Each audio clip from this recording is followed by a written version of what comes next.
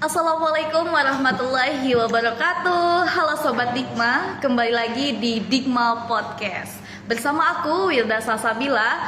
Kali ini kita kedatangan tamu spesial yang mana mereka adalah salah satu orang penting di Politeknik Negeri Tanah Laut.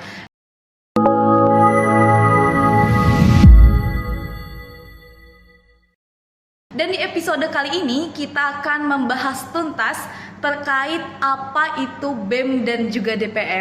Sebelumnya boleh saya hello dulu untuk Sobat Dikma di rumah. Oke, apa kabar teman-teman semuanya? Alhamdulillah. Ini enaknya dipanggil teman-teman atau kakak-kakak nih? Adik-adik. Teman-teman. Adik-adik. Teman-teman deh. Ya. Oke, teman-teman. Sebelumnya boleh dong perkenalkan diri yang mana ketua BEM dan juga yang mana ketua DPM nih? BEM dulu nih. Oke. Ya, Sobat Dikma, perkenalkan saya Muhammad Nurzaini selaku Ketua Umum Badan Eksekutif Mahasiswa yang terpilih periode 2024-2025 yang kemarin baru saja alhamdulillah telah dilantik. Kemudian silakan Kak Jaini ya sebagai ketua BEM Politeknik Negeri Tanah Laut. Oke, selanjutnya Halo Sobat Dikma, perkenalkan nama saya Muhammad Ramadendi. Saya Ketua Dewan Perwakilan Mahasiswa yang sama nih sama Mas Zaini, terpilih juga kemarin ketika pemilu dan kemarin di Kongres ke-14 baru saja dilantik. Oke, sebelumnya kami ucapkan terima kasih telah berhadir di undangan podcast kita pada hari ini. Dan juga kami mengucapkan selamat kepada Kak Ramadendi dan juga kepada Kak Jaini yang sudah terpilih menjadi Ketua BEM dan juga Ketua DPM. Oke, sebelumnya buat sobat-sobat Dikma di rumah, mungkin ada yang belum tahu nih apa itu BEM dan juga apa itu DPM. Karena kan BEM DPM itu untuk di ranahnya kampus ya. Kalau misalnya di sekolah-sekolah mungkin organisasinya seperti OSIS dan lain sebagainya. Boleh dong diceritakan secara singkat apa sih itu BEM dan juga DPM? Oke, baik. Untuk DPM sendiri itu adalah salah satu lembaga tinggi di kampus, yaitu lembaga legislatif. Untuk kepanjangannya sendiri, DPM adalah Dewan Perwakilan Mahasiswa, yang mana DPM itu ibaratnya itu DPR di dalam kampus dan fungsinya sama. Kalau misal kita di DPR itu ada fungsinya budgeting, terus controlling, kemudian penganggaran dan pengawasan, legislasi dan sebagainya. Dan di DPM sama juga seperti itu, ada pengawasan, advokasi dan legislasi. Pengawasan dan advokasi legislasi itu apa Kak Dendi? Boleh diceritakan secara detail mungkin buat teman-teman Dikma di sana biar lebih tahu. Oke, jadi untuk advokasi, legislasi dan pengawasan itu adalah 3 komisi utama yang ada di DPM Politala. Yang pertama advokasi. Advokasi itu salah satu tugasnya adalah untuk memperjuangkan aspirasi-aspirasi mahasiswa. Ibaratnya itu perpanjangan tangan dari rakyat seperti itu. Nah, kemudian untuk legislasi. Legislasi itu saya rasa sudah umum didengar bahwasannya legislasi itu tugasnya adalah untuk membuat perundang-undangan seperti itu. Contoh kemarin ketika Kongres KBM ke-14, kami melakukan beberapa kajian terhadap beberapa pasal dan bab yang ada di buku KBM untuk kiranya apakah bab tersebut layak untuk diajukan pada Kongres KBM seperti itu.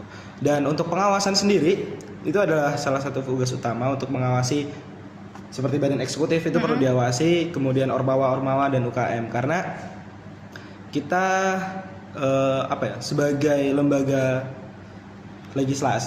legislatif gitu, memang tugasnya adalah mengawasi.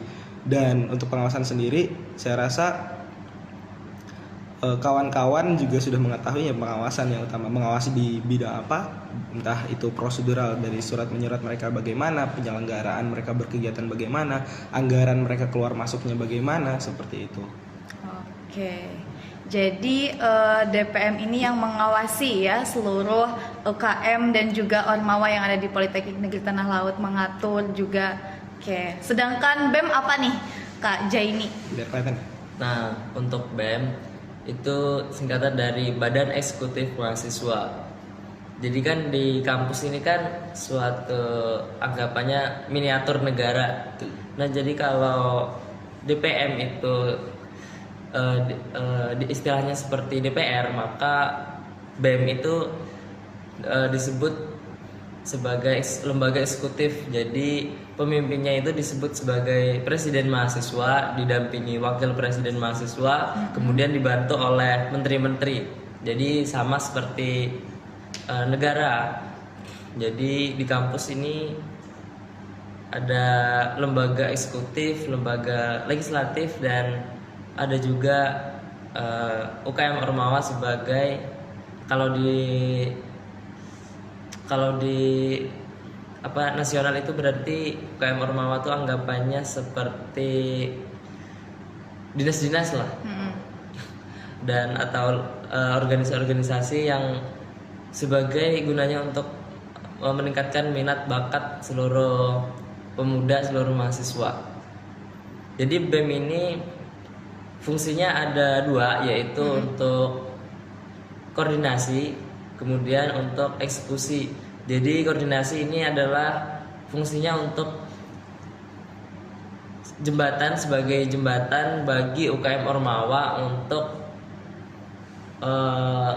mengajukan pemberitahuan ataupun suatu permintaan kepada atasan seperti kemahasiswaan itu melalui badan eksekutif mahasiswa. Oke.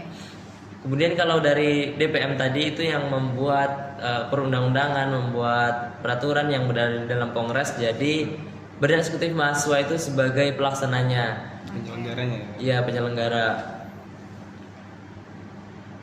Nah mungkin itu. Oke, jadi untuk DPM tadi mereka itu mengawasi ya, dan sedangkan untuk BEM itu mereka yang menjadi jembatan untuk UKM dan juga Ormawa. Oke, itu terkhusus UKM dan Ormawa. Ini gimana untuk mahasiswa-mahasiswa lainnya melalui peran BEM DPM, bagaimana untuk mensejahterakan mahasiswa tidak hanya UKM dan juga Ormawa yang ada di Politeknik Negeri Tanah Laut, namun bagaimana dengan mahasiswa-mahasiswa yang tidak mengikuti organisasi, bagaimana cara BEM dan juga DPM berkoordinasi, bekerja sama dalam mensejahterakan mahasiswa lainnya. Kesejahteraan maksudnya seperti apa Mbak Welda? Kita kan perspektif orang beda-beda kan ya tentang kesejahteraan itu. Jadi mereka yang mungkin tentang organisasi ataupun mereka yang tidak mengikuti kegiatan-kegiatan, dan juga mereka yang memang misalkan nih contohnya kalau misalkan mereka ikut kegiatan-kegiatan tapi mereka nggak ikut organisasi. Contoh, mereka ada kan nih beberapa mahasiswa yang dipanggil untuk ikut kegiatan ini tapi mereka tidak ikut terkait di dalam UKM Ormawa, seperti itu. Jadi gimana kita meningkatkan partisipasi mahasiswa meningkatkan untuk partisipasi. ikut organisasi lah. Gimana itu kira-kira peran BEM dan juga DPM? Nah ini sebenarnya kan termasuk dalam tugas dari salah satu kementerian di dalam BEM, yaitu Kementerian PSDM. Itu adalah untuk meningkatkan Kualitas sumber daya mahasiswa. iya, kualitas sumber daya mahasiswa, kemudian sebagai wadah untuk mahasiswa meningkatkan potensi, minat, bakat, serta skillnya seluruh mahasiswa. Jadi bukan hanya bagi internal BEM tapi juga seluruh mahasiswa.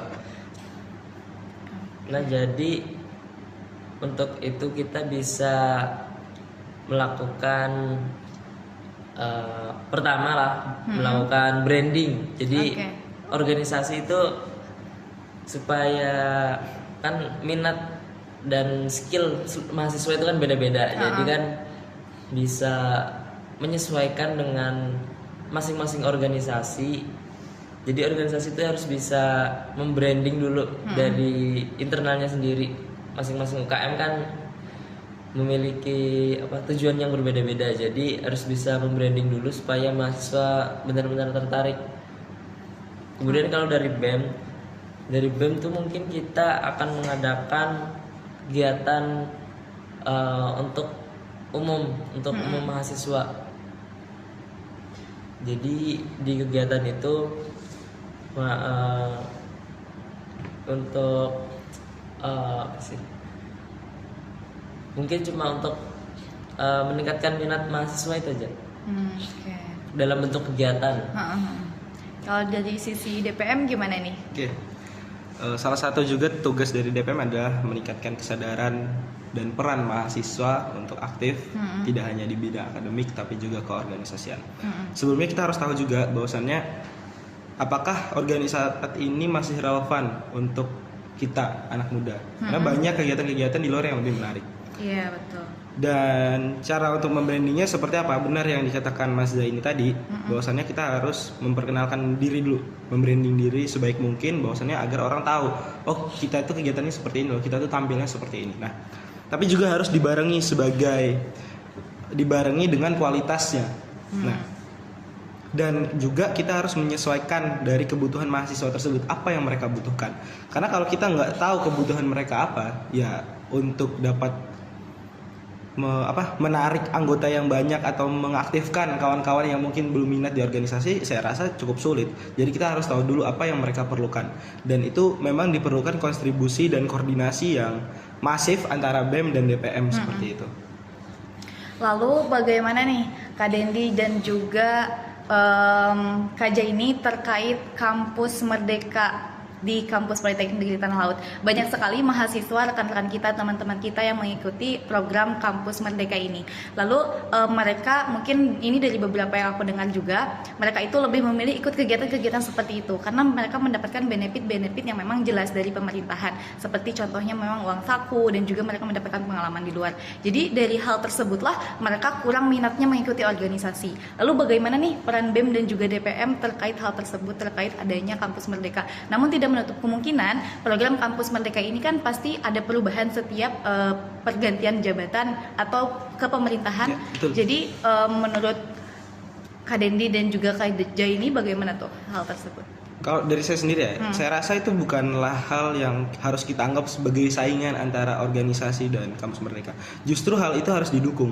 Karena kalau saya lihat kemarin ya, salah satu persyaratan untuk ikut kayak misal program Merdeka Belajar, harus ada misal sertifikat keorganisasian. Nah, itu kan berarti mereka juga dituntut untuk aktif di organisasi, tapi juga aktif untuk ikut Merdeka Belajar. Dan itu menunjukkan bahwasannya pemerintah juga tidak ingin meluputkan antara organisasi seperti itu. Jadi tetap mereka mengikut sertakan keorganisasian agar itu sebagai nilai tambah mereka untuk mengikuti Merdeka Belajar seperti itu. Jadi seperti yang saya katakan di awal tadi, itu bukanlah hal yang harus kita anggap sebagai saingan seperti itu. Oke. Jadi keduanya penting ya, antara organisasi ataupun Kampus Merdeka, karena Kampus Merdeka adalah bagian dari pembelajaran juga ataupun belajar-belajar, contohnya kan seperti pertukaran mahasiswa ataupun kampus mengajar lainnya. Tuh, keduanya saling melengkapi. Saling melengkapi. Oke. Terus tujuan mengikuti organisasi mungkin bisa memberikan motivasi kepada teman-teman di rumah, kepada Sobat Dikma. Apa sih tujuan dan juga manfaat ketika kita mengikuti organisasi? Apa sih benefitnya gitu? Kan rata-rata nih ya, ketika kita ikut organisasi itu kita nggak dapat apa-apa. Maksud dari nggak dapat apa-apa ini nggak dapat uang ataupun dan lain sebagainya yang memang menguntungkan kayak gitu kan. Malah keluar duit ya. Iya, malah keluar duit gitu. Terus gimana sih cara meningkatkan kepercayaan dan juga rasa ingin kepada teman-teman kita untuk mengikuti organisasi, dan benefit apa yang menjadi unggul gitu? Kenapa sih kita harus ikut organisasi kayak gitu? Mungkin dari Mas Zaini dulu, seorang aktivis ulung nih. Nah kan dalam perkuliahan itu, di dalam bangku kuliah itu banyak yang tidak kita dapatkan dari ikut organisasi. Jadi dalam perkuliahan itu kan kita cuma dapat mata kuliah 2 SKS, 3 SKS dari dosen. Iya. Jadi nggak ada skill-skill tertentu, misal skill di bidang kesekretariatan, di bidang untuk membuat surat menyurat, kemudian di bidang jurnalis, membuat bisa public speaking dan lain sebagainya. Dan masih banyak yang bisa didapatkan dalam organisasi yang tidak kita dapatkan di bangku perkuliahan. Betul. Jadi dalam organisasi itu pasti nanti akan sangat berguna pada saat kita benar-benar memasuki dunia pekerjaan. Banyak sekali hal yang tidak kita dapatkan di bangku kuliah, itu cuma sedikit yang terpakai di dalam dunia pekerjaan. Ya mungkin itu. Kalau dari Kalau- segi Kak Dendi gimana? Oh, aku juga nih. Apa tadi pertanyaan? Bagaimana sih cara meningkatkan rasa keinginan mereka, teman-teman kita dalam mengikuti organisasi, karena kan organisasi itu terkadang mereka tidak mendapatkan apa-apa seperti yang aku katakan tadi, tidak mendapatkan cuan dan lain sebagainya, sedangkan kita mau mengeluarkan uang gitu. Bagaimana meningkatkan ya? Saya rasa lah dari awal saya pengen saya itu berkembang dan memang dampaknya sangat saya rasakan. Kalau bisa kita bandingkan nih antara saya dan kawan-kawan di kelas saya, anggap di kelas nih, putaran lingkup kelas saja. Saya rasa orang yang ikut organisasi dan yang nggak ikut organisasi itu lebih terlihat perbedaannya. Seperti kemampuan komunikasinya. Contoh nih, orang yang nggak ikut organisasi suruh aja maju ke depan misal.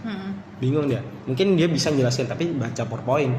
Dan orang yang ikut organisasi nih misal, dia bisa menjelaskan tanpa harus terpaku dengan PowerPoint seperti itu. Adalah hal simple bahwasannya kenapa organisasi itu penting dan layak untuk diikuti, karena ada seperti yang dikatakan Mas Zaini tadi, hal-hal yang nggak kita dapat di bangku perkuliahan seperti itu. Oke.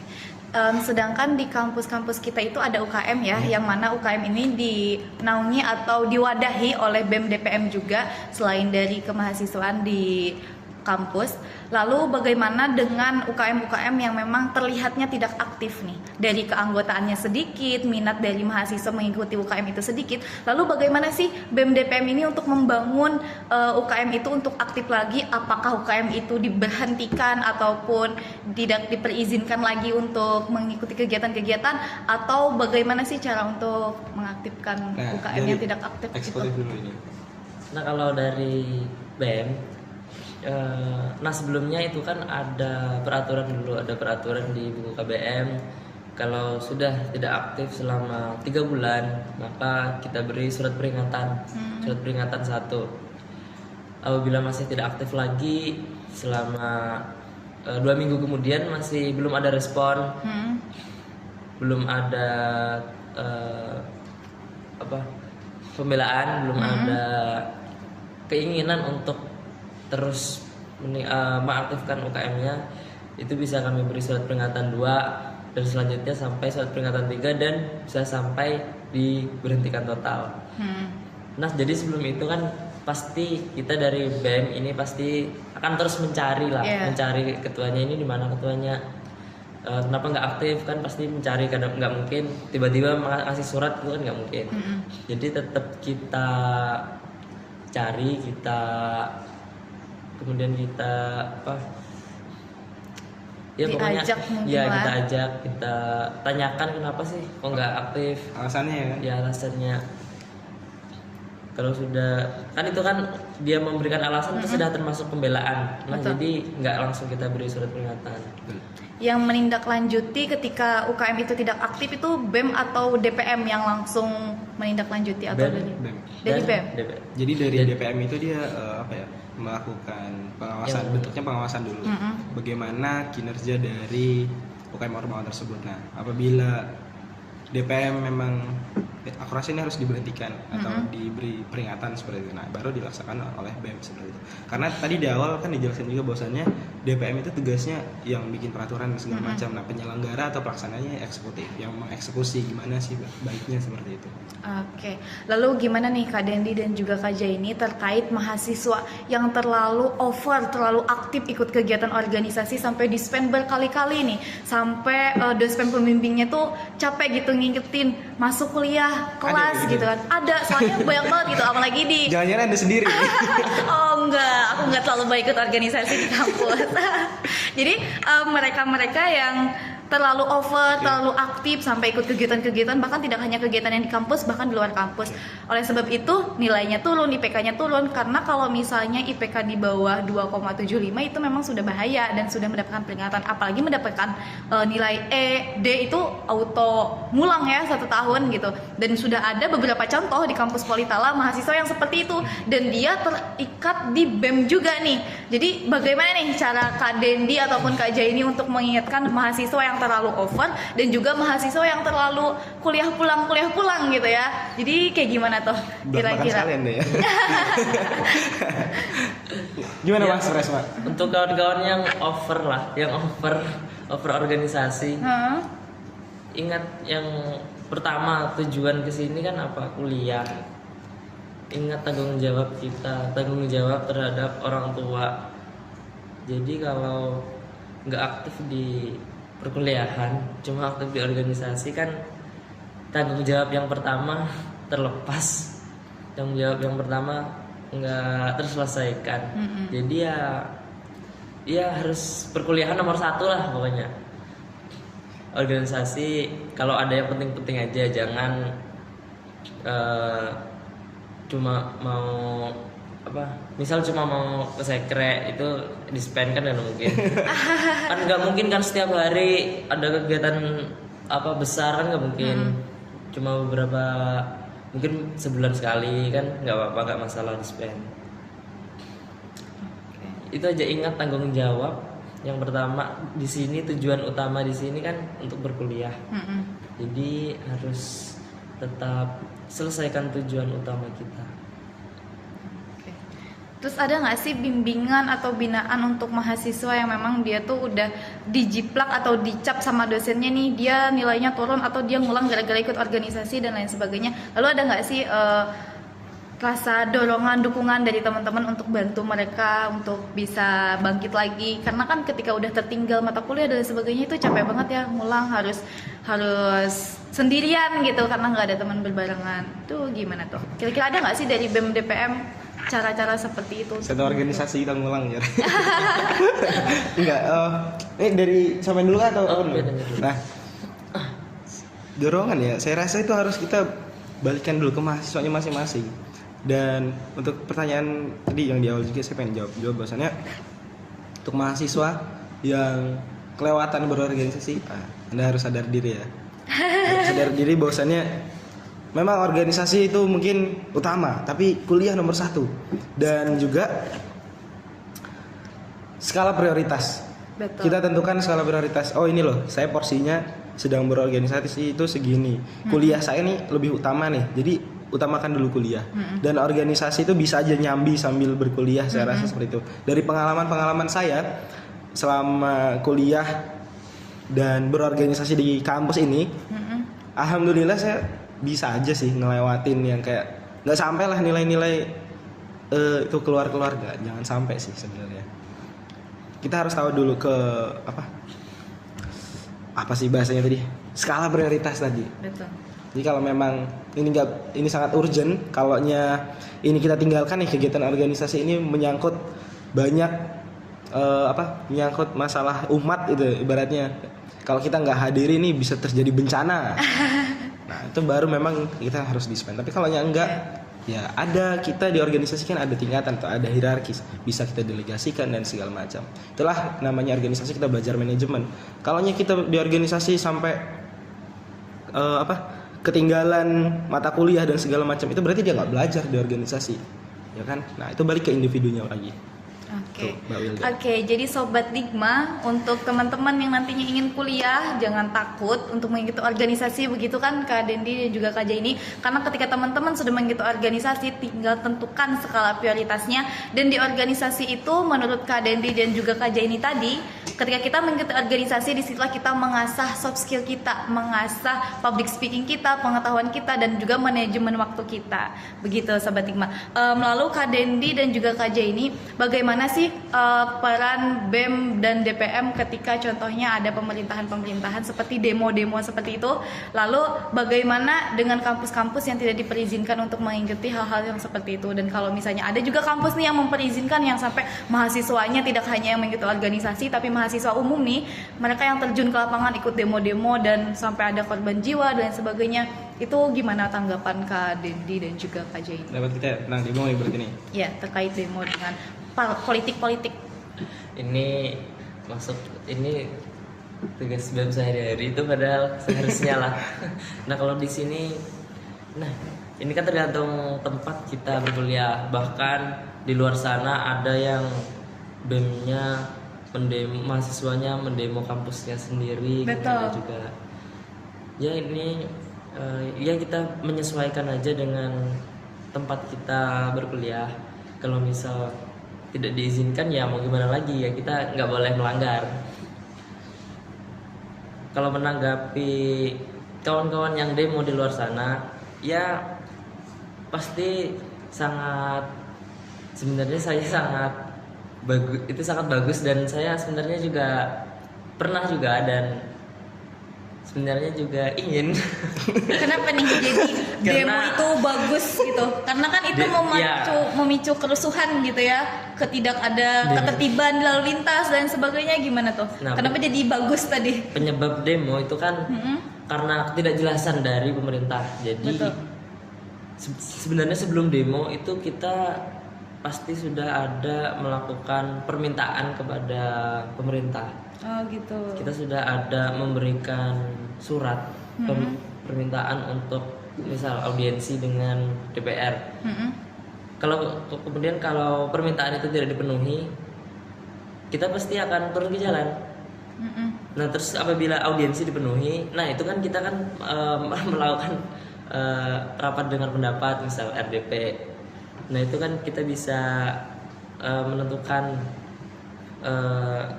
masalah gimana kita selesaikan sama-sama dengan pemerintah. Jadi demo ini kan kita menyuarakan suara rakyat. Jadi kita menjembatani suara rakyat, mahasiswa ini sebagai jembatan perpanjangan tangan rakyat. Jadi kita menyuarakan rakyat ke atasan, kemudian dari pemerintah kita menyampaikan kebijakannya kepada rakyat, seperti itu. Oke. Dari pandangan Kak Dendi gimana nih? Apa satu pandangan dengan Kak Jay ini ataupun berbeda pandangan nih? Saya terus terang kontra ya. Jadi untuk masalah demo, saya adalah ini secara individu saja saya tidak ingin hal-hal seperti itu. Kenapa? Karena masih banyak cara-cara elegan lainnya yang bisa kita lakukan sebagai mahasiswa, apalagi kita kaum intelektual. Nggak haruslah kita teriak-teriak di jalan seperti itu kan. Nggak haruslah kita teriak-teriak di depan kantor gedung DPR atau lain-lain. Seperti yang dikatakan Mas Zaini, bisa dengan audiensi, itu adalah salah satu cara yang elegan seperti itu, yang bisa kita lakukan sebagai mahasiswa. Kita adu argumen aja, bahwasannya kita memiliki data-data seperti ini. Misalkan memang kita mau menyampaikan suara rakyat seperti itu. Nah terus kemudian nih, kalau ini saya mungkin dari sudut pandang agama Islam ya. Oke. Mohon maaf nih. Masya Jadi Allah ya. andai kata nih ya, pemimpin kita itu sangat buruk, tidak jauh lebih buruk dari Firaun. Betul. Ya kan? Nabi Musa pada saat itu beliau menyampaikan keluh kesah beliau kepada pemimpinnya tidak dengan cara berteriak-teriak, berdemo-demo. Padahal pada saat itu Nabi Musa sudah memiliki masa, ibaratnya tuh kalau mau demo ya bisa. Iya. Dan pada saat itu lebih gilanya lagi nih, Firaun itu dia menganggap dirinya Tuhan. Nah harusnya kalau saat ini ada orang kayak gitu, itu lebih layak kita demo sebenarnya. Betul. Nah itu satu tentang kenapa kita nggak perlu demo lah. Kita bisa menyampaikan pendapat kita kepada pemimpin dengan cara yang baik-baik seperti itu. Kemudian apabila demo itu sebenarnya baik, harusnya kita sejak tahun 98 kita semua sudah sejahtera. Seperti itu. Itu adalah kalau di Indonesia sendiri sejarah terbesar demo yang terjadi di Indonesia. Pada saat itu mahasiswa sampai mampu menggulingkan orde baru yang udah bertengger di sana udah bertahun-tahun, dan harusnya kalau memang itu bagus, kita saat ini udah sejahtera. Tapi nyatanya angka kemiskinan di Indonesia masih sangat banyak. Seperti itu. Lalu bagaimana nih tentang angka kemiskinan di Indonesia tadi? Karena kan beberapa teman-teman kita nih yang dari SMK sebelum kita masuk kuliah, mereka ada yang memilih kerja nih. Mereka ingin kerja karena mereka ingin membantu perekonomian keluarga. Kembali ke angka kemiskinan tadi. Lalu bagaimana mereka yang memilih menjadi mahasiswa? Nah, apakah peran mahasiswa itu dapat membantu mengurangi angka kemiskinan mahasiswa, dan bagaimana tanggapan BEM dan juga DPM terkait hal itu? Apakah ada kontribusi dari BEM DPM untuk mengurangi angka kemiskinan mahasiswa, angka kemiskinan di Indonesia? Karena kan BEM dan DPM tadi itu miniaturnya dari pemerintahan gitu ya. Nah, bagaimana hal tersebut? Bedanya melalui yang jualan ini. Karena ini itu fleksibel, bisa dibawa kemana-mana, cocok. Dan langsung juga. Nah, pas Sudah. Iya sendiri. Kan banyak produk-produk lain. Ah, Abang ini misalnya aku belum bisa ya bikin segala macam makanan, nah kayaknya banyak produk-produk lain. Siapa yang milih ini? kerupuk. Iya. Orang kan lingkungan aku di Bumi Jaya itu makan kerupuk nih. Jadi dan orang-orang Jawa memang suka kerupuk lanting. Jadi minatnya makanan kerupuk itu banyak dan kerupuk itu bisa dimakan kapan aja. Teman-teman yang biasa dulu nonton TV, nonton apapun itu sambil nonton ini. Terus teman-teman kalau mau makan juga bisa sambil makan ini. Jadi kayak simple aja dibawa kemana-mana, nggak ribet dan nggak jangka penyimpanannya pun tidak hanya sehari 2 hari basi. Ini bisa 3 sampai Ini target pasarnya apakah orang-orang tua atau anak-anak? semua kalangan Semua kalangan. anak-anak. Karena itu ada rasa-rasanya juga, ada rasa original, pedas dan jeruk dan juga Kalau balado. ini apa? Original? Original. Tapi ini ya, tidak dicontreng. Belum sempet. Iya. Atau ini berapa yang segini harganya? 5.000 aja. Ini Iya. biasanya dalam satu kali bikin bisa dapat berapa pieces nih? Dalam satu kali bikin ini kemarin bikinnya 40 kilo, itu bisa jadi sekitar 5 atau 7 kiloan, 7 kiloan. Kayak mana? Ini tapi kayak gini-gini. Kan ini tadi tuh ada apa mesinnya gitu, nah mesinnya itu ada bolong-bolong kecil-kecilnya kayak gitu, terus ya digiling aja terus dia keluar bolong-bolong bulat-bulat, nggak bulat-bulat sih, bolong panjang baru Aduh. kita bulat-bulat gitu. Oh, itu di atas pas keluar. Nah, iya. Kayak alat penggiling daging itu kan? Ya, alat giling daging memang pakai alat giling Hmm. daging, makanya kan susah, harus pakai tenaga kan. Jadi bapak aku tuh adanya sore aja di rumah, jadi sidin sore. Tapi itu kan mama juga yang. Tapi btw nanti ini nggak usah disuarain aja kayak kita yang lagi gini. Pesanan kalian harus beli ini guys karena selain harganya murah dan manfaatnya pasti singgung juga banyak kan? Betul Apa sekali. juga manfaatnya? Manfaat singkong yang nyata itu mengenyangkan teman-teman. Ini kalau dari sudut pandang agroindustri ya, singkong ini selain dia mengenyangkan, jadi singkong itu mengandung banyak sukrosa atau glukosa dan itu berfungsi untuk menambah stamina tubuh. Jadi ketika sukrosa itu diciptakan dia menjadi energi. Nah, dan itu baik banget buat kita, apalagi ini kalau dimakan sambil kayak gini santai-santai Iya, gitu ya. betul. Nggak Bisa terasa- juga. nggak terasa itu gemuk kita. Bisa juga sebagai teman lauk pauk ketika Betul. kita makan nasi. Cocok banget nih sama nasi hangat. Apalagi kalau punya rasa-rasa ini kayak apa ya, rasa pedas dan jeruk nih kayaknya menarik. Dan harganya murah banget guys. Ramah di kantong, cuman 5.000 ya, 5.000 rupiah. Ya. Buat kalian yang pengen beli bisa langsung hubungi ownernya langsung. Ownernya hubungi nomor di bawah ini, nanti ditulis ya. Ditulis. Kerupuk lanting, gurihnya tiada tanding. Kalau ini mah tugas negara sebenarnya kan mengurangi angka kemiskinan. Itu tugas pemerintah. membantu demokrat. membantu Itu tugas- bukan tugas kita. memunculkan rasa ingin dari mahasiswa untuk menjadi mereka yang berjiwa wirausaha mungkin atau apapun itu untuk dapat membantu, karena kan kalau tidak dari yang muda-mudanya, kalau dari tidak pemuda-pemudanya siapa lagi? Oke, baik. Mahasiswa atau perguruan tinggi itu punya namanya Tridharma Perguruan Tinggi, yang mana di dalamnya ada pendidikan, pengabdian, dan penelitian.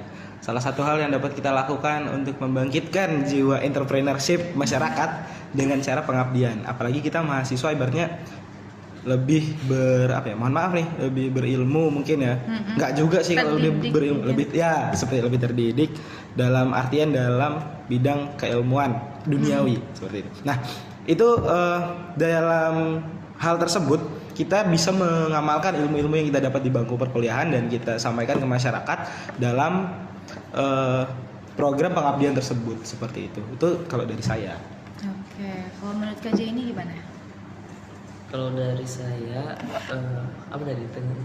mengurangi angka kemiskinan. Iya, Untuk melalui supaya- mahasiswa menumbuhkan jiwa rasa wirausaha atau jiwa rasa kerja, karena kan mereka teman-teman kita yang memilih kerja udah jelas mereka kerja berpenghasilan, sedangkan kalau mahasiswa malah mereka mengeluarkan uang, bayar UKT, biaya hidup dan lain sebagainya kayak gitu. Bahkan tidak menutup kemungkinan mahasiswa pun mereka jadi pengangguran kayak gitu. Fakta. Itu fakta yang besar yang ada. Bahkan lulusan S1 pun banyak yang tidak memiliki pekerjaan, mereka Betul. keluar apply pekerjaan sana sini. Nah, lalu bagaimana sih, kenapa sih mereka harus kuliah dan kenapa sih mereka harus kerja kayak gitu, dan ketambah ikut organisasi seperti itu. Nah itu Tambah mumet ya? itu salah satu fungsi organisasi lah, jaringan. Relasi ya. Relasi, Networking. iya. Nah selain jadi wirausaha kan kita perlu jaringan juga untuk kalau misal mau mencari kalau mau mencari pekerjaan kan Orang dalam. perlu New York ya sebenarnya ya. Kalau meningkatkan wirausaha, jiwa wirausaha ya sama seperti Kak Dendi tadi, seperti itu. Jadi program Merdeka Belajar tuh berguna juga, sangat berpengaruh tah. Nah jadi salah satu fungsi organisasi ya itu tadi, jaringan. Jadi di organisasi kan kita memperluas jaringan kita terhadap Orang dalam. ya seperti itu. Enggak lah. Maksudnya mencari informasi-informasi Ya. terkait pekerjaan harusnya lebih mudah seperti itu. Harusnya ya. Terkait orang dalam tadi ya, ini sudah terucap juga teman-teman tadi. Wah, di anu nih. Oke. Terkait orang. Jadi kan ada mahasiswa yang mereka itu kayak aku nggak ikut organisasi, aku malas gini-gini, lalu lah mereka tuh tertutup atau terblok komunikasinya dengan dosen-dosen, karena mereka tuh kuliah pun cuman duduk. Ada yang tipe-tipe pendiam nih mahasiswa tuh. Gimana sih cara kita, nggak usah BEM DPM ya, sebagai kita pribadi aja nih, gimana sih untuk ngajak mereka, karena kan itu salah satu bentuk sejahtera untuk seluruh mahasiswa juga ya. Ada mahasiswa yang mungkin dia tuh pendiam, tapi sebenarnya kalau dia diajak tuh mau aja kayak gitu. Itu salah satu. Berarti harus diajak. Terkadang kan dia kayak udah diajak nih dia udah diajak, tapi dia itu kayak tetep aja nggak mau, sedangkan Ya berarti kita nggak mau diajak. Gimana sih? tapi Nggak bisa dipaksa. berarti dia tidak tersejahterakan gitu menjadi mahasiswa. Karena aku jujur ada temen nih ya, dia benar-benar dari semester 1 dia tuh diem aja terus. Aku udah coba pernah ngajak juga gitu ya, buat nawarin ke organisasi ini organisasi itu, bahkan dia untuk di organisasi pun dia nggak mau, terus di tugas pun dia jarang masuk. Dan aku bingung nih harus kayak gimana kayak gitu kan, karena aku kan salah satu mahasiswa yang ikut organisasi juga ya. Jadi gimana sih untuk ngajak-ngajak mahasiswa yang kayak gitu, karena kan mereka tuh mungkin merasa ada penyesalan ikut kuliah ataupun kayak gimana. Jadi gimana sih kita tuh untuk bisa ngajak-ngajak mereka, tidak hanya mengajak aja gitu kan. Kalau diajak ayo Kak Dendi umpat ini umpat itu kan nggak kayak gitu kan, pasti ada strateginya kayak gitu. Batu ini orangnya. Sebenarnya nggak 1-2 orang aja yang seperti itu di sini. Nah kan itu dari Hampir bentuk semua malah. kesejahteraan. Semua. Aku juga ini. Hampir ada, maksudnya cuma bisa yang aktif di dalam ikut kegiatan-kegiatan tuh bisa cuma 30%, 40% aja. Dari Kalau di sekian sini- ribu mahasiswa iya, di sini. betul sekali. Kan, Iya sih. nah jadi itu memang tugas kita meningkatkan seluruh partisipasi mahasiswa agar ya minimal aktif di kegiatan, ikut kegiatan. Kalau tidak mau ikut organisasi kan mau ikut kegiatan. Minimal ngerjakan tugas lah. Oke, terkait BEM DPM, gimana sih cara pemilihan untuk menjadi ketua DPM dan juga ketua BEM? Apakah ditunjuk, apakah dipilih? Mungkin buat sobat-sobat Dikma di rumah yang belum tahu pemilihannya, apakah sama seperti pemilihan presiden seperti sekarang nih lagi hangat-hangatnya pemilihan presiden, apakah sama seperti itu atau bagaimana? Apakah teman-teman mengajukan diri, ingin sendiri kayak gitu? Kira-kira bagaimana strategi untuk menjadi sebagai ketua-ketua orang-orang penting di Politala? Nah, oke. Jadi untuk pemilihan antara presiden mahasiswa atau ketua dewan perwakilan mahasiswa itu, tapi untuk DPM ini sebenarnya beda dengan di pemerintahan. Tapi untuk kayak presiden mahasiswa itu sama dengan di pemerintahan aslinya. Jadi ada komisi pemilihan umum selaku penyelenggara pemilu, dan ada Bawaslu selaku lembaga pengawasannya, pengawas Bawaslu selama pemilihannya itu. Dan untuk calonnya yang ingin menjadi calon memang harus memiliki kualifikasi tertentu untuk bisa menjabat sebagai seorang misal presiden mahasiswa seperti itu. Ada kualifikasi dan syarat-syarat yang harus diikuti, yang harus dipenuhi seperti itu. Untuk pemilihannya ya tadi sama. Syarat-syarat tadi boleh di-spill nggak sih syarat-syaratnya apa? Apakah mereka harus aktif dulu organisasi di kampus? Apakah mereka harus pernah terlibat dulu dalam salah satu organisasi di kampus? Ataupun mahasiswa umum biasa pun boleh ikut mendaftar atau menyalonkan diri sebagai ketua BEM ataupun DPM? Boleh. Mahasiswa biasa boleh. Tapi sekarang ini baru aja kemarin di Kongres ke-14 peraturannya. Kongres yang baru kemarin betul, ya? Baru, betul. Nah, itu bahwasannya untuk kita kalau mau mencalon nih kayak dari presiden mahasiswa itu harus ada yang mengusung di belakangnya, misal satu UKM atau satu ormawa yang mendukung bahwasannya ini calon inilah yang saya dukung untuk menjadi bakal calon presiden mahasiswa beserta wakilnya seperti itu. Jadi harus ada yang mendukung dulu. Kemudian juga ada syarat-syarat, misal harus mengikuti seminimalnya LKMM TD dan ada beberapa kualifikasi lain yang cukup banyak kalau disebutkan satu-satu. Oke.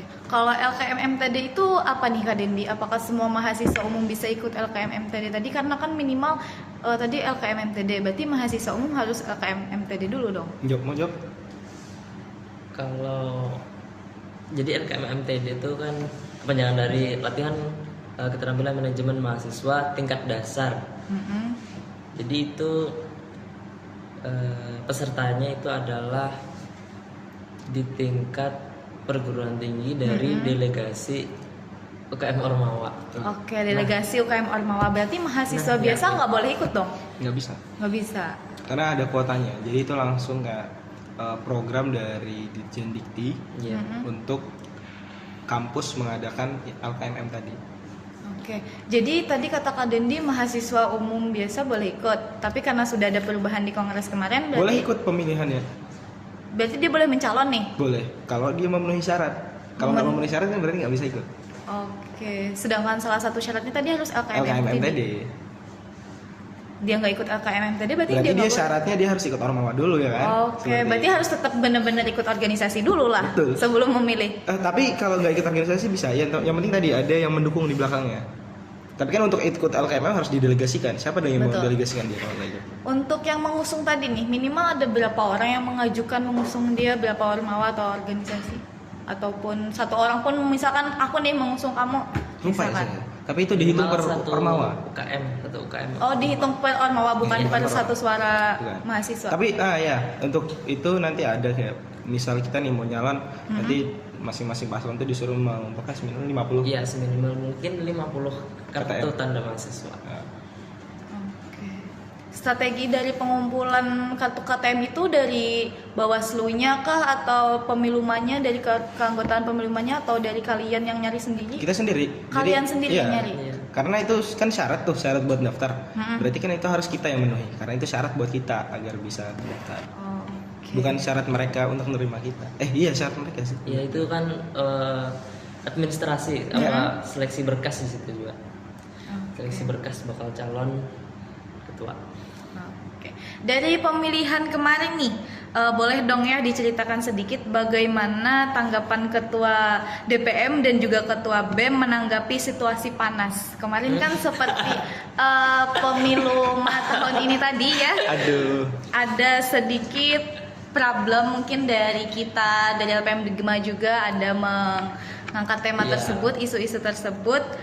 Bagaimana tanggapan kalian mengenai pemilu dan juga menanggapi kritik-kritik dari mahasiswa-mahasiswa dan dosen-dosen bahkan? Dosen juga ya? Ada karena waktu kami nge-publish berita tersebut langsung di CP sama Wadir.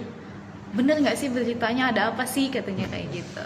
Bener nggak, udah divalidasi dulu nggak sih kabarnya kalau nanti kan salah Digma yang salah, ternyata kan memang secara di lapangan memang seperti itu. Faktanya ya. Riuh, ricuh, isu-isu dan lain sebagainya. Gimana sih teman-teman menanggapi kayak gitu, dan apakah teman-teman sebagai calon-calon merasakan hal-hal yang tidak mengenakan di hati atau seperti apa? Lalu tanggapan alumni-alumni bagaimana? Politik kampus. Permasalahannya di sini ya.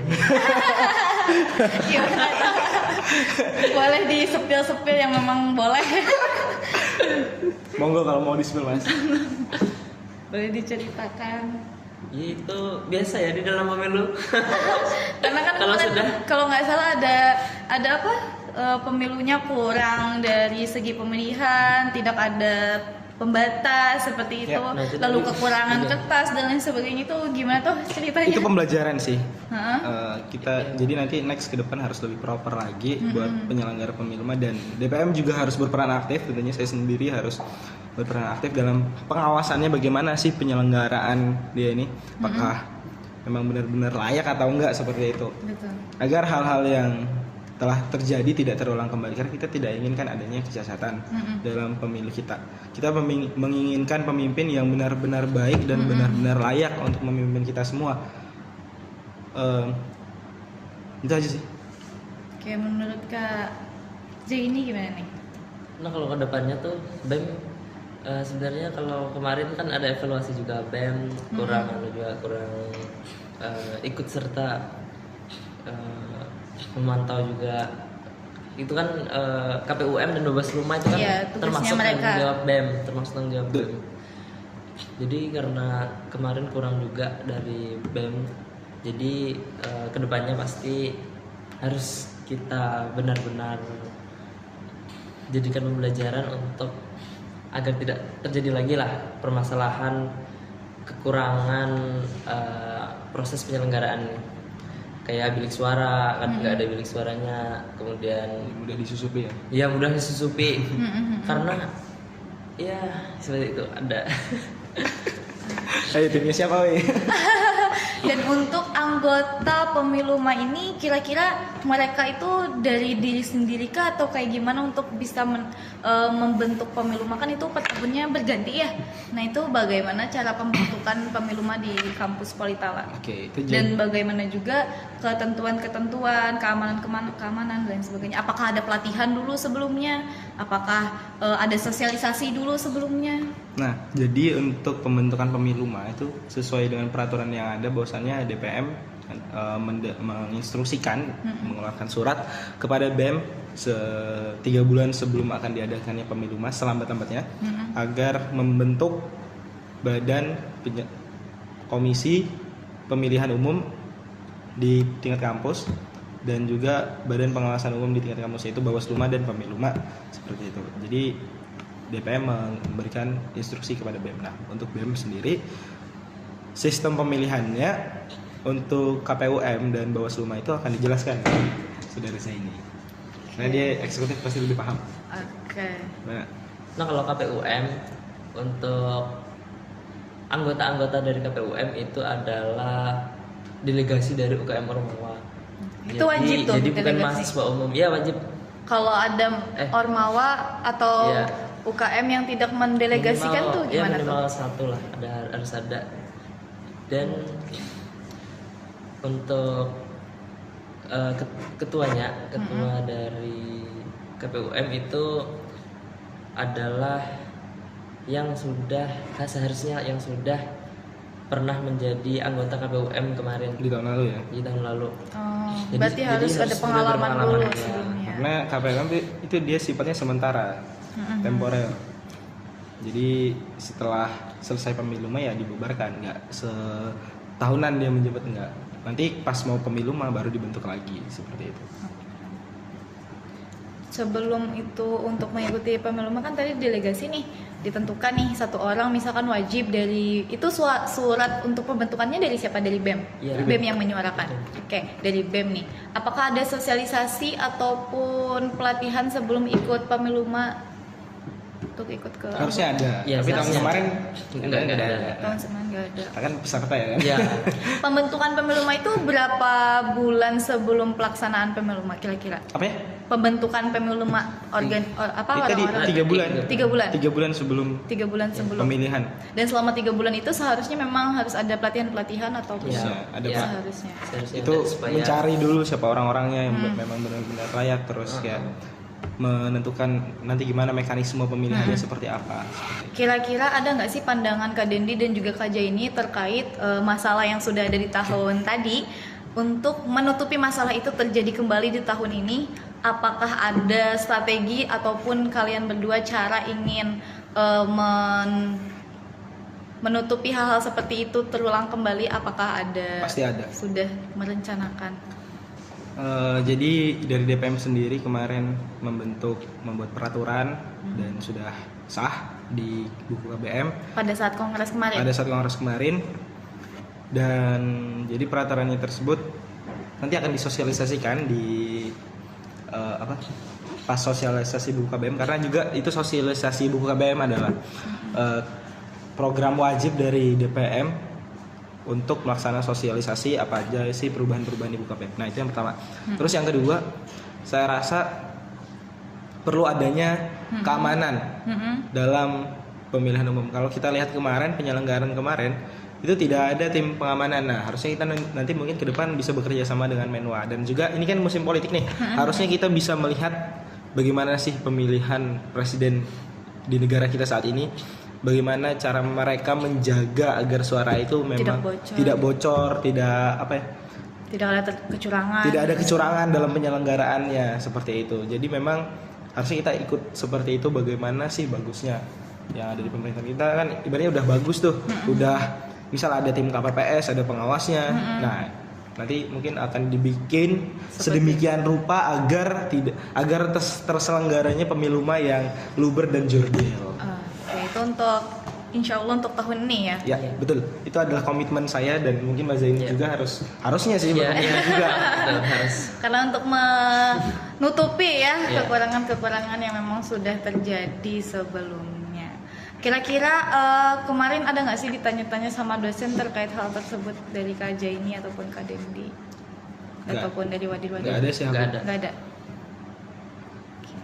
Lalu kira-kira apa saja kegiatan dan rencana teman-teman nih ketika sudah menjabat sekarang sebagai ketua selama 1 tahun ke depan nih, kira-kira ada rencana kegiatan apa nih? Boleh di-spill untuk sobat-sobat TV? Kegiatan besar nih. Boleh untuk 1 tahun ke depan, karena kan kita nih sudah akhir semester ya, semester 3. Teman-teman semester berapa sih ini? 3 Semester 3 juga. Oke. Karena kan setelah awal semester ini nantinya biasanya banyak kegiatan-kegiatan nih. Kira-kira apa aja kegiatan yang akan dilaksanakan selama 1 tahun ke depan? Gimana Mas? Izin kalau dari saya, kalau dari BEM, kalau untuk kegiatan besar mungkin yang pasti yang sudah menjadi kegiatan wajib itu kan pasti political affair, Destalis. Kemudian, nah ini rencana kita mau melaksanakan lomba olimpiade untuk cyber security se-Kalimantan Selatan.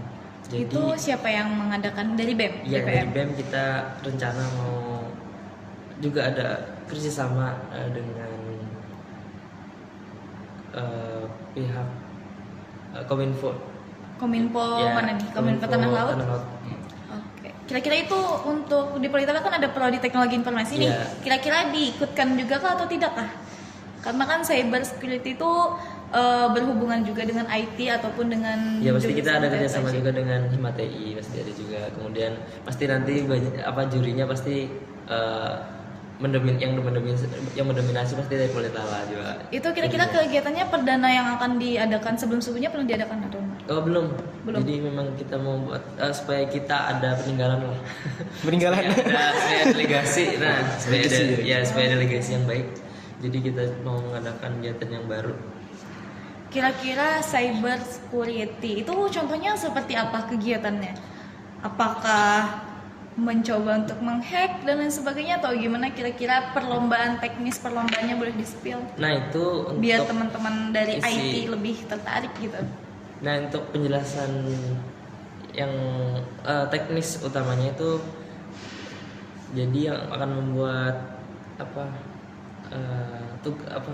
sih pertanyaan kompetisinya itu dari Kominfo, makanya dari Kominfo, jadi bukan dari kita. Kita yang menyelenggarakan berarti ya. Ya, Yang mengatur segala teknis itu dari Kominfo. Berarti teman-teman kerjasama dengan Kominfo ya, seperti itu. tepat sekali. Jenis Kemudian- perlombaannya pertanyaan seperti tadi kah atau mereka Bukan membuat pertanyaan, ya sebuah kayak misal, ya benar tadi mau hack. Jadi gimana cara melindungi? Pertama melindungi, gimana melindungi ada celah ini, gimana cara menyelesaikan, dan pokoknya yang berkaitan dengan security. Oh, kira-kira nih ingin Kan diadakan berdasarkan visi juga, jadi Heeh. visi BEM kan menegakkan eksistensi. Nah, di era Society 5.0, nah Oke. jadi kita mengikuti perkembangan zaman, jadi cyber security kan sangat diperlukan.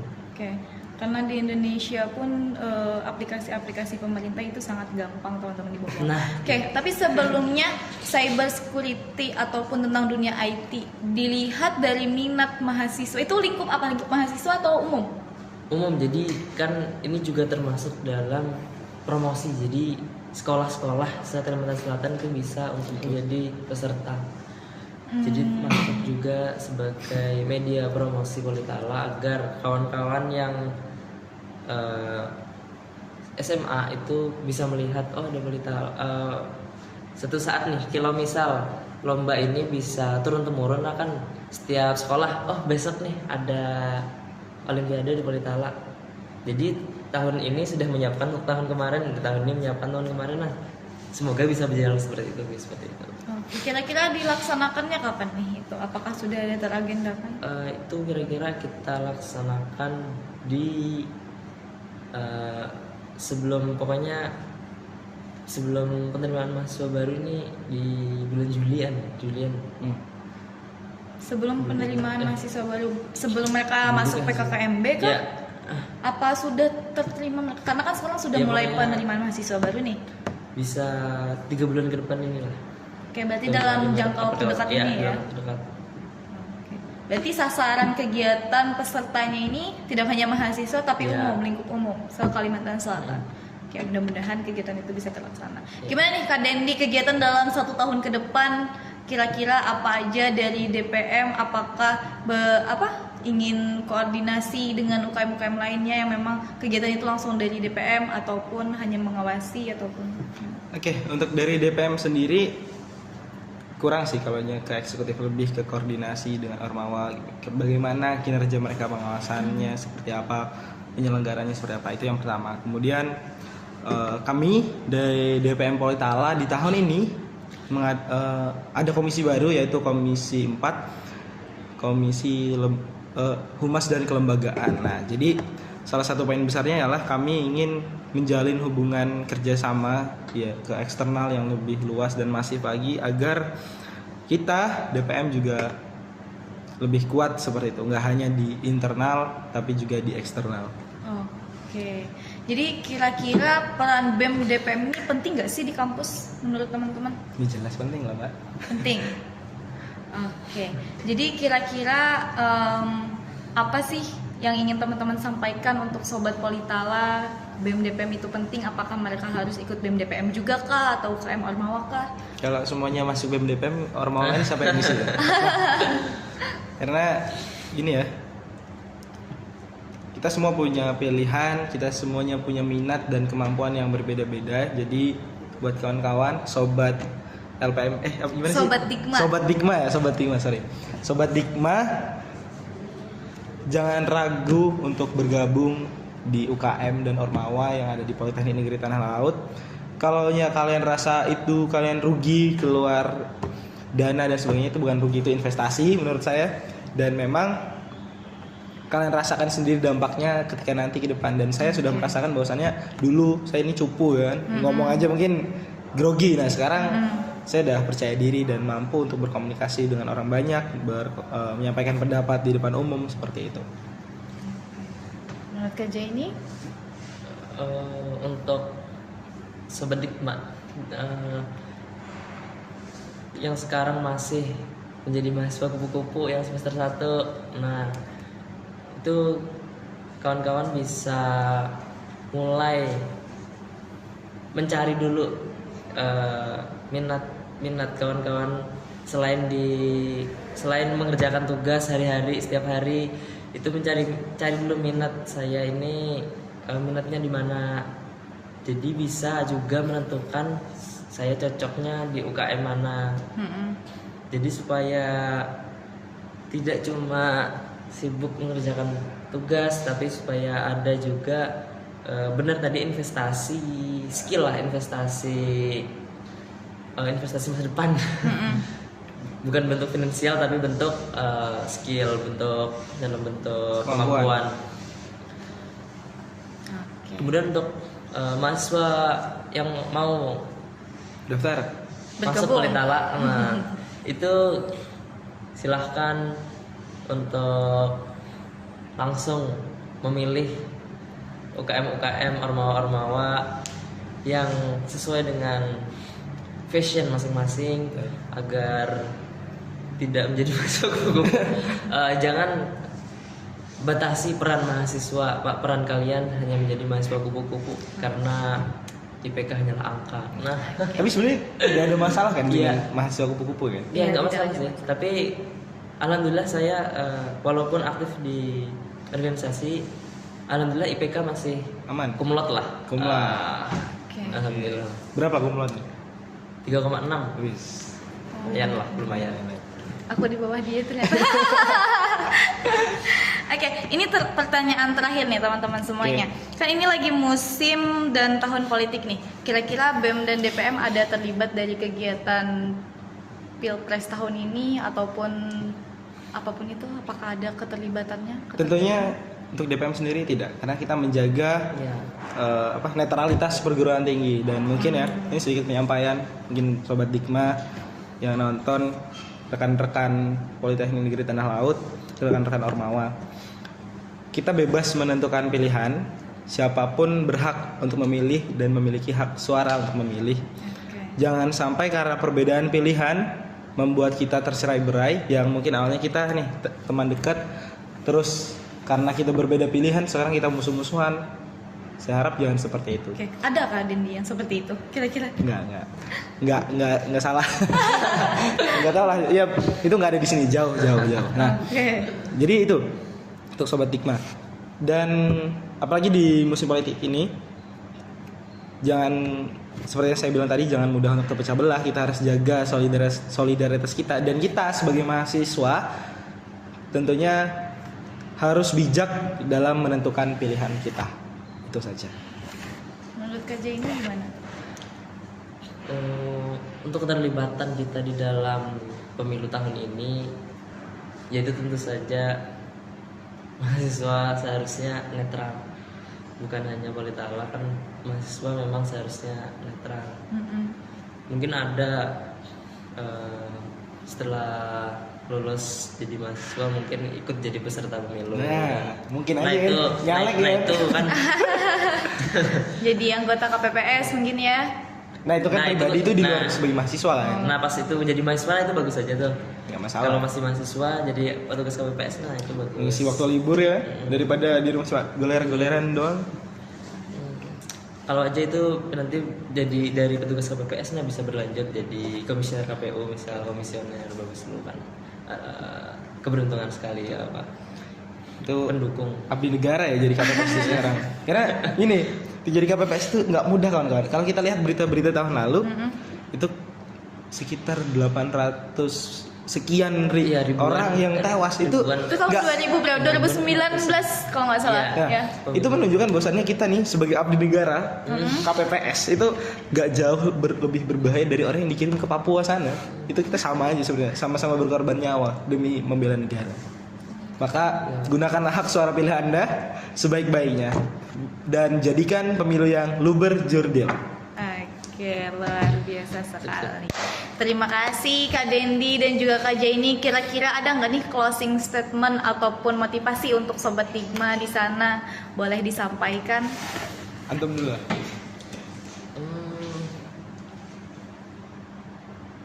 Pertama terima kasih lah kepada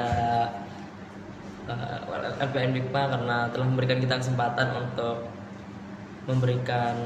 untuk berdiskusi lah di sini. Kemudian untuk closing statement. Jadi kawan-kawan, kepada kawan-kawan Politala yang sudah apa?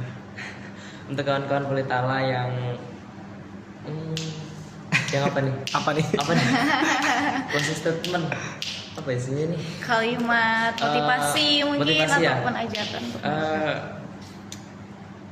kawan-kawan yang minatnya kurang di BEM bisa kita sebenarnya di BEM ini kan kita menjadi pusat koordinasi, tempat koordinasi antara DPM dengan UKM Ormawa, kemudian UKM Ormawa dengan kemahasiswaan, kemudian antar UKM, dan pokoknya kita sebagai koordinator. Jadi kegiatan itu hanya penunjang dan penguatan internal kita. Jadi motivasi untuk kawan-kawan yang kurang untuk masuk BEM bisa Bergabung di karena BEM. memang jujur kita nggak terlalu banyak di BEM, hanya 40 orang. Itu pun nanti pasti nggak terlalu aktif semua. Jadi saya mohon kawan-kawan yang kurang masuk di BEM bisa masuk di BEM. Kemudian kawan-kawan yang masih menjadi mahasiswa kupu-kupu bisa bergabung dengan UKM Ormawa yang sesuai dengan minatnya masing-masing. Dan kawan-kawan mahasiswa baru yang bingung mau kuliah di mana, silahkan berkuliah di Politala. Dari Kak Dendi gimana nih? Ada yang ingin disampaikan untuk sobat Digma di rumah? Oke. Dari rakyat untuk rakyat oleh rakyat, tapi kalau kita di Masya kampus dari mahasiswa untuk mahasiswa oleh mahasiswa. Nah, Oke, luar biasa.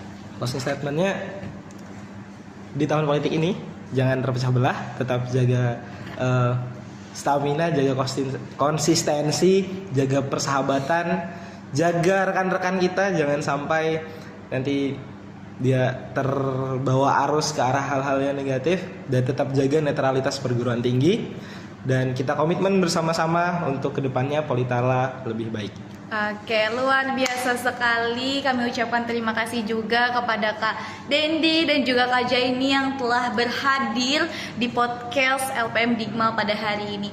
Baik Sobat Digma, jadi itulah bincang-bincang hangat kita pada hari ini. Untuk Sobat Digma di rumah, berorganisasi menjadi mahasiswa itu bukan halangan. Betul Kak Dendi. Jadi teman-teman bisa mengimbangkan, Sobat Digma di rumah bisa mengimbangkan antara organisasi dan juga pelajaran ataupun akademik di kampus. Jadi teman-teman bisa menyeimbangkan dan juga teman-teman bisa mengasah soft skill di organisasi-organisasi. Dan tentunya pada tahun ini sedang hangat-hangatnya tahun politik. Untuk teman-teman tetap jaga stamina, tetap jaga kesehatan, dan juga tetap jaga kekeluargaan untuk teman-teman Sobat Digma di rumah. Jangan lupa untuk teman-teman di rumah yang ingin masuk di Politeknik Negeri Tanah Laut, kami terbuka luas. Di kampus Politala juga memiliki UKM dan juga Ormawa yang sangat banyak. Ada berapa UKM nih kira-kira? Ada sekitar, kalau totalnya itu 22 ya rasanya. Nah, ada 22 teman-teman semuanya. Jadi teman-teman silahkan ingin masuk di Politala untuk masa depan pasti. Mungkin cukup sampai di sini pertemuan kita. Mudah-mudahan kita dapat berjumpa di lain kesempatan. Amin. Dan juga untuk Sobat Digma di rumah tetap jaga kesehatan. Mudah-mudahan teman-teman selalu diberikan kebahagiaan dan juga dilancarkan segala urusannya. Saya Wilda Salsabila selaku host pada hari ini memohon maaf apabila ada kesalahan ataupun teman-teman merasa tersinggung ataupun teman-teman di sini juga merasa tersinggung. Saya pribadi dan juga tim yang sedang bekerja pada hari ini memohon maaf. Terima kasih dan sampai jumpa. Thank you for watching.